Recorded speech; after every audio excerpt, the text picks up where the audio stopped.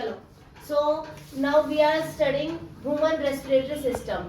सबसे पहले हम पढ़ेंगे पैसेज, कहाँ पे हमारी ऑक्सीजन ट्रेवल कर रही है। सबसे first of all oxygen will go into the nostril, then nasal passage, nasal cavity, then pharynx, larynx, trachea, bronchi, bronchiole, alveoli.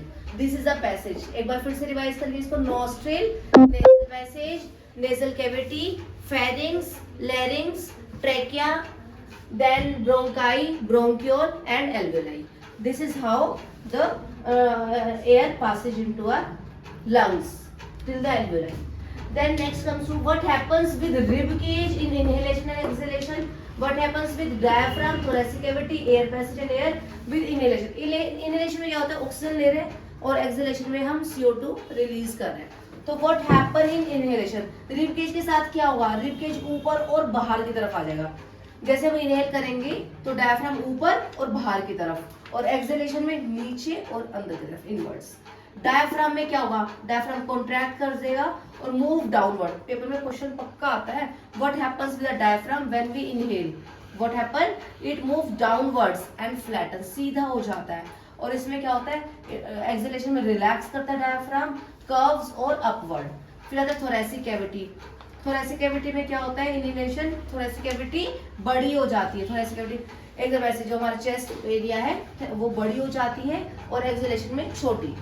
Then air passage, air passage क्या है, डिक्रीज। जब इनहेल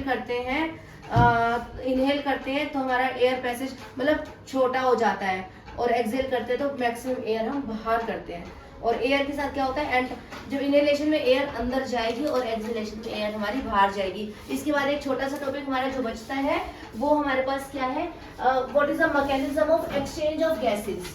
ठीक है, कैसे होता है एक्सचेंज ऑफ गैसेस, जैसे कि एल्वियोलाई तक देखो, ये हमारा यहाँ से गया, ये ऐसे ऐसे, फिर उसके बाद ऐसे डिवाइड हो जाएगा। ये यहाँ पे हमारा एक लंग, यहाँ पे हमारा दूसरा लंग, ठीक है, फिर ये आगे से फिर डिवीजन। तो इस तरह से हमारा आगे आगे हमारी एल्वियोलाई लगी है। ठीक है, so this is alveoli, this is what, alveoli. Alveoli, alveolus is singular, alveoli is plural. तो मैं एक एल्वियोलाई को यहाँ पे एनलार्ज करके आपको बड़ा करके दिखा रही हूँ।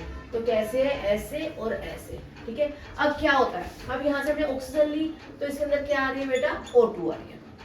देन इसके ऊपर हमारी क्या है, ब्लड कैपिलरीज लिपटी हुई है मैक्सिमम। ब्लड कैपिलरीज कहाँ से ब्लड लेके आ रही है, फ्रॉम हार्ट।